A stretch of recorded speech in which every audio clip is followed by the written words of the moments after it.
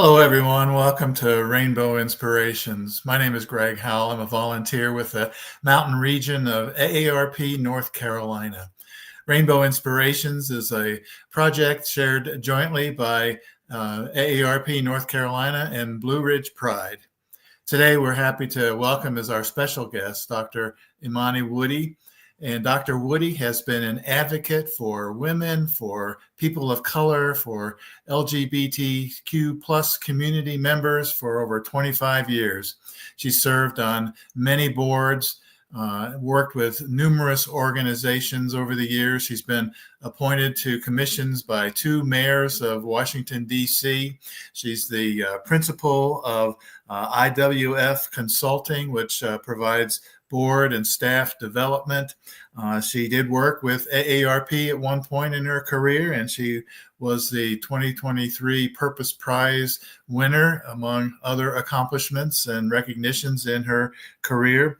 Dr. Woody has a PhD in human services, specializing in management of nonprofit agencies, holds other degrees as well. And we are so pleased to welcome you today, Dr. Imani Woody. Thank you, Greg. I'm honored to be here. Please tell us a little bit about your early life. I know you're a native of Washington, D.C. I was born and raised in Washington, D.C., and I've lived across the country. Before I got it right, and some of you will understand this inside joke, I was married to a military guy. I'm currently married to a woman we've been together over, our 20th anniversary actually is in August. So that's my kind of life, short story. Now, you had a large family as you were growing up? I did. I was the oldest of five children, and the first daughter. So any first daughters in the audience, feel my pain. Uh, yes, I was the oldest of five kids. My mom died when I was 10. And that's an unfortunate story. Did you want me to share that, Greg, that story? If you feel comfortable, that would be helpful. Sure. So, our country has been segregated. And then my mom died when I was 10. I'm 73 now. And my dad had taken, it was Memorial Day. My dad took us for a ride, which we would do every holiday, ride around our wonderful city of Washington, D.C. We had just bought a home. And my mom got sick. My dad took her to a hospital in DC and was told it was a Christian hospital, and we were told that they don't serve colored people. So we had to find another hospital, and there were two hospitals for Black people at that time. And so one you would not. It was a bad hospital, and the other we took my mother to. When she got there, they thought that she was suffering from DTs, which is an alcohol-related shaking, and they left her in the hallway, and she passed away. So that was my first foray, actually, into discrimination and otherism, and trying to understand that. Not really understanding at 10, I don't understand any of that. However, as I got older, I understood that. And my mother dying just saddened my dad, as you can expect. And he was a Pentecostal minister, and already the family was strict, but we had our mom as a buffer. And so when she died, my father was really, really strict. And so I became an advocate. I think, Greg, my first foray in the world of advocacy was advocating for my sister and my brothers, for my father to, we deserve to go to the movies. We've done this, and let's do this, and all kinds of negotiations. As I look back on it, that's what was happening. You mentioned that you just bought a house. Did you have experience with your neighbors that was negative or positive, or how did that go? It was pretty positive, actually. We had, excuse me, something in my eye. It was, as a kid, it was pretty positive. We had neighbors, and we were the first Black family on that block. And there were neighbors to our right, neighbors to our left, and across the street, big tracts of land. But after a while, we were there, and white flight happened, and the neighbors moved. The neighborhood changed into apartment buildings, and that was all that was there were apartment buildings, and then next door to us a church, a Jehovah's Witness hall rose. Mm-hmm. When you were growing up, did you have a sense of who you were completely? You know what? That I don't think so. Right? I look back on that, and I don't think so. I think that opportunity didn't present itself. That wasn't in the lexicon. That wasn't in the culture. I didn't see any. And I'm thinking you mean gay. I'm using the umbrella term LGBTQ plus SGL, same gender loving people. I didn't see any. I didn't know, but in middle school I wrote this poem about this girl in my class, and it's that's been a long time ago, so I'm remembering it vaguely, and it was a poem about her breasts, and I'm remembering it because my father found this poem, and I somehow explained it to him, that it was some kind of assignment. That's what I remember, in me even touching on that I might be gay, that I might be a lesbian. Did you feel different from your siblings in that regard? I mean, was there any kind of awareness going on there? No, this is in the 60s, 50s and 60s. I don't know anything. There's nothing. There's not like our beautiful privileges that we share now in 2025. It's nothing like that. Like, that Mm-hmm. you would like. I am a grandmother, so our young people who are 10, and I have grandchildren who are 10 and 10, 5 and 23. And so they know in their lives, they know there are gay people because their nana is a lesbian, Mm-hmm. and married to a woman. Mm-hmm. When you were growing up, did you have dreams of a career or a path that you were going to take? You mentioned that you had been an advocate for your siblings. Was social justice or advocacy on your mind as you were growing up and looking forward to a career? No, I was of the generation you're going to go to college and get married. So I was groomed to go to college, and then I met my son's dad, my first husband. I did it twice before I got it right. My son's father, and there was the opportunity to get married. I fell in love and married. Tell us a little bit about your educational journey. It was convoluted. I had a son. I got married. I had a son, and going back to school. So I didn't go to DC Teachers College, which was the college I was supposed to go to. I ended up getting married, but afterwards, I did come back. I went to Georgetown University and was part of their paralegal program. Actually, one of the first cohorts for the Georgetown's University paralegal program. And after that, I went to Lincoln University and got a master's in human services. And then after that, it occurred to me that every person, especially people at different intersectionalities, should have a graduate degree. So that for me meant Black women older should have a graduate degree. So I went and earned a PhD. How did your path into social justice and advocacy formulate and take shape? Oh, okay, so let me think about that for a second. Well, as I was growing up, right, there was the assassination of Dr. Martin Luther King.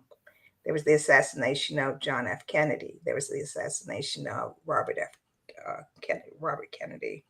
Um, I was living in Washington, D.C., was very segregated. My father, who was a very brilliant man, only went to, I think, maybe sixth grade, but he could fix anything, had carpenter skills. He was an entrepreneur. He ended up becoming a minister. But it occurred to me that had he been a white man, it would have been very, very different Hmm. in that regard. And so there were the sit-ins. There was there were a lot of things happening that I think informed my decision to advocate. I've always been for the underdog. I've worked and I think probably my volunteer and paid employment really impressed upon me to become an advocate, or impressed upon me advocacy. My first job after school was working at GW Hospital, and I was their first paralegal at GW Hospital, and I would, take cases to court and testify on behalf of the hospital. But also in that role, I would represent um, I would represent the employees who thought they had been wrongfully discharged. And there was one employee that for this interview, I'd like to share Mhm. that he was working in the medical records department, and he had been terminated because they said he told someone, disclosed someone's HIV status. Hmm. And so this is in the 70s, I'm thinking, or 80s. This is probably in the 80s. And he said, I didn't do that, Imani. I didn't do that. I wouldn't do that. He was a gay man himself. And there was some, fractions going on with the gay community within the hospital, right? And because the hospital is very gay. And so there was, there was, cliques and that kind of stuff. He said, I didn't do it. So I ended up representing him, talking to witnesses, and actually even talking to the person who said that he had divulged his status. And it came out that that was not true. And the guy was mistaken. And the gentleman got his job back. So that was my foray into the helping folks, social justice. That's not right. Let's do this kind of stuff. I thought I was going to go on and be a lawyer, but that didn't take that turn. I end up working for an organization that served people with disabilities, mental and physical disabilities, and just the unjust. This is before curb cuts, so a long time ago. The the way people who are not do not have physical and mental disabilities, the way we take that privilege, and how we had to work to make folks understand the curb cuts are good for everybody. They're good for carriages and strollers and carts and of course wheelchairs, right? That kind of thing. And mental disabilities, people have rights, and this is how these are your Bill of Rights. So I worked for a national organization that took on those tasks. And so my level of advocacy was growing, and the issues were growing. And I worked for a national Black organization for old people, and working to bring parity, equality, equity to older Black folks, and running programs across the country. That was a very challenging and rewarding job, to educate people on how you deserve this and how we can help you get that kind of thing. And coming into the LGBTQ space, I became the director of client services for the Mountain Project for Lesbians with Cancer, which was the only and the premier organization for lesbians who had cancer. It morphed or evolved into the Mountain Project period, and accepted the whole rainbow, advocated for the whole rainbow.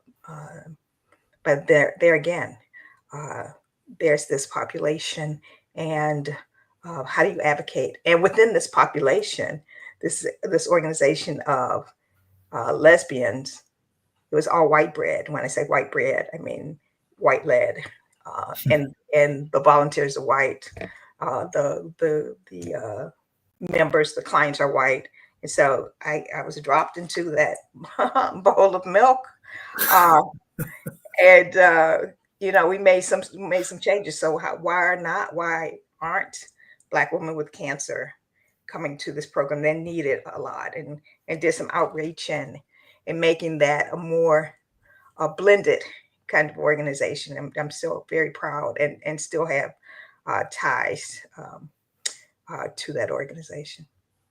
And these connections led to your appointments by the mayors of Washington, to the Office of LGBTQ Affairs. Absolutely, absolutely. That and pretty much beginning to build Mary's House, which is where I am now, being an advocate for aging LGBTQ plus SGL folks, where they're often that we were the only voice in the room that represented LGBTQ plus SGL folks and aging, right? Putting that together. There's research, empirical research, in my own, including my own research, that shows that uh, uh, men age in a gay environment, they consider themselves old by 32. Women not so much, but 45. So by that was the research probably 10, 15 years ago. It may have changed slightly, but we know in our communities you call the dinosaur. You if you're seen in a club and you're over 40, over 50, right? So Well, you mentioned Mary's House, and I was going to also bring that up. You're the founder and president of Mary's House. Can you tell us a little bit how that came to be, how you just came about establishing Mary's House? oh, I'd love to. That I can talk about that all day, Greg. So watch your watch. I got my eye on the clock. All right. Oh my goodness. So Mary's House for Older Adults is the organization, the 501c, that I founded with a group of folks. And it came about, um, my dad had a stroke and we needed to put him in a facility, in a residence. And by this time, my dad was from working class to middle class. And so he had retired with a decent pension, and he could get pretty good medical care uh, in the city. So we went looking, and it was the process of looking for nursing homes and putting your family in one is a process. I'm sure probably many of your listeners have gone through that. And so we ended up putting him in if you know anything about DC, in Connecticut Avenue nursing home, which is one of the better nursing homes actually. Uh, and he went incontinent, and we pulled him out. When we pulled him out, he was incontinent, and it wasn't because they were negligent in any way. It was because of the culture of nursing homes and old people in this country. uh, to folks in the nursing home, my dad was room 223. To us, he was a beloved minister, father, civic leader, entrepreneur, minister, and but to them he was just a number. And so as we were pulling him out, I was wondering what would have happened had he been an out gay man, an out lesbian, a trans person. Greg, what kind of, if they were just mildly uninterested in who my dad was, how would he have fared in his older years as though as one of those people? And it was really scary for me because remember, I grew up where my friends, colleagues were in the hospital with HIV and AIDS, and there was a whole movement that nurses didn't want to talk, the medical establishment didn't want to be in the room with them, wouldn't touch them, had to put gloves on, put them, sequestered them away to other spaces. So I know what can happen when people feel feel a certain way about gay people. And so I wondered about that.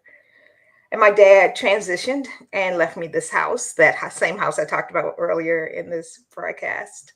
And I was trying to figure out what to do with it. It's Washington, D.C., it's housing. Wow, what are you going to do with it? And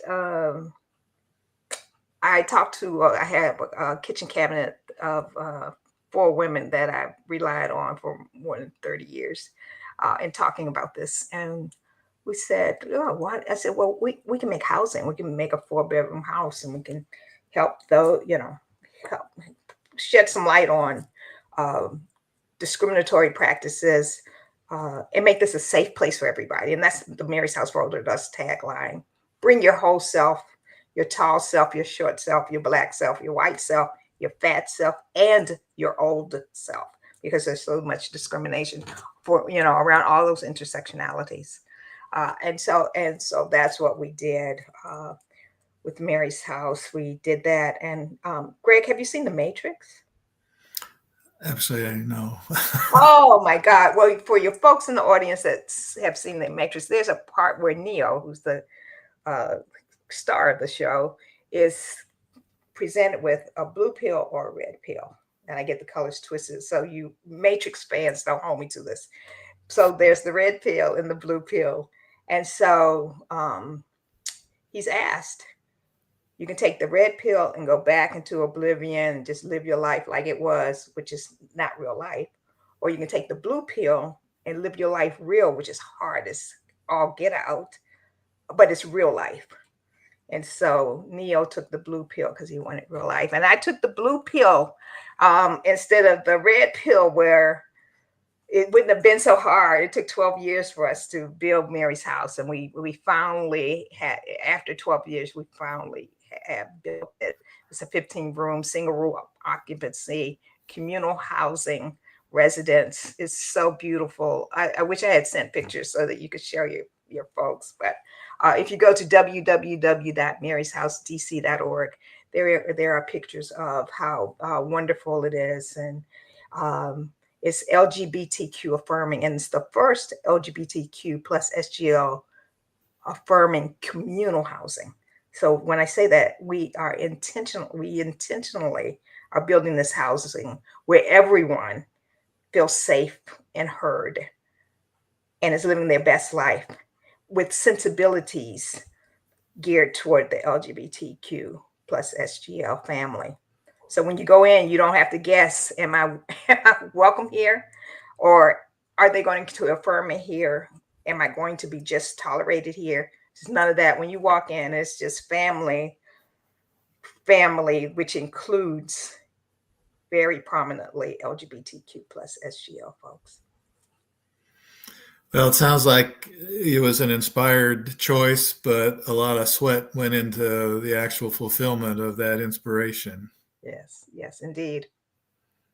You mentioned earlier that things have changed in terms of awareness of young people, in particular, I suppose, about LGBTQ identities and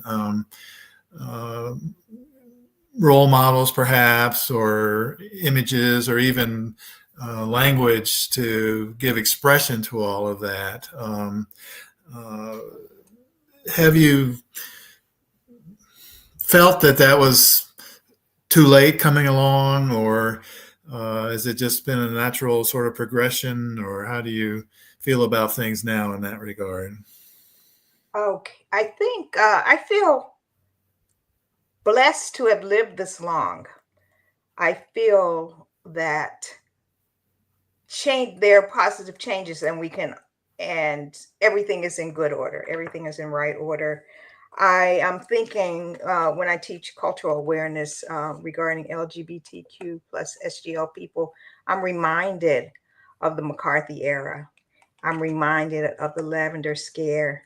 I'm reminded of Eisenhower, when Eisenhower wrote his executive orders and stated that homosexuality was a perversion and you could be immediately fired. And that how that shaped the culture of our country, in that not only could you be fired from your job, you could lose your apartment, your home, you could lose your children, you could lose your marriage, you could lose your life, right? And so now, even though I think there are pockets of that going on now, especially in the current environment where transgender people, children in particular, are being targeted, that there's a difference. There's a hue and cry, wherein during those other eras, there may not have been, and probably not may have not been, there would not have been a hue and cry. And my son grew up and knew that his mother was gay. Actually, I came out when he was about 16, 15, maybe a little younger than that. And I said to him, I'll share this story. I said to him, Phil, I hope you still love me when, because I think I'm a homosexual. And my boy said, well, Mom, I hope you still love me because I'm a heterosexual. I said, I'm gonna keep this child. The wise young man.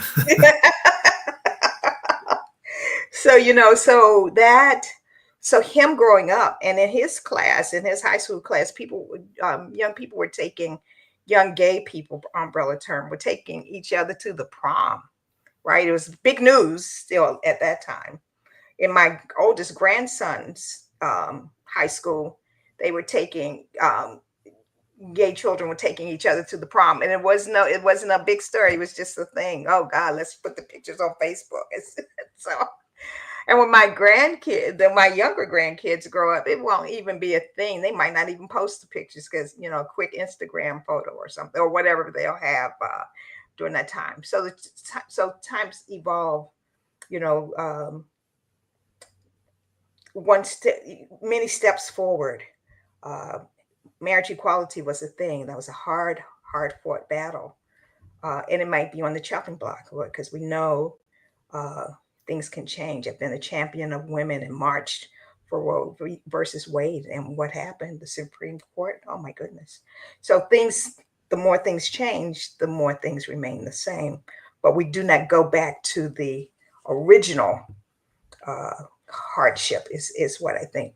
Because we have more knowledge. We've been here before. I think of it as the same thing as being a Black woman in this country, and my ancestors were enslaved. I think about whatever I'm feeling now, I am not enslaved that way. I do not have to get up, sun up, work sundown, pregnant, beaten, starved, shackled. It's a new way of being, even though there are giant pockets of racism in this country. But things have moved. Look, you and I are doing the show on AARP. Things have moved. Well, we certainly are. And in North Carolina, so let me be clear. For all those intersectionalities, Greg, right? We're talking race, ethnicity, gender identity, sexual orientation. AARP, I really love AARP. Actually, I knew it before it came out of the closet. I just love the way it has progressed. And it's my family. It's part of my family. So.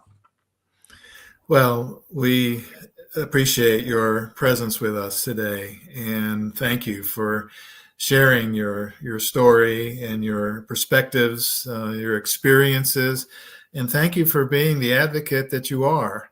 And we hope that others will follow the example of Dr. Imani Woody. So thank you, everyone, for tuning in, and we will see you in future episodes of Rainbow Inspirations. Thank you. Bye. Bye-bye.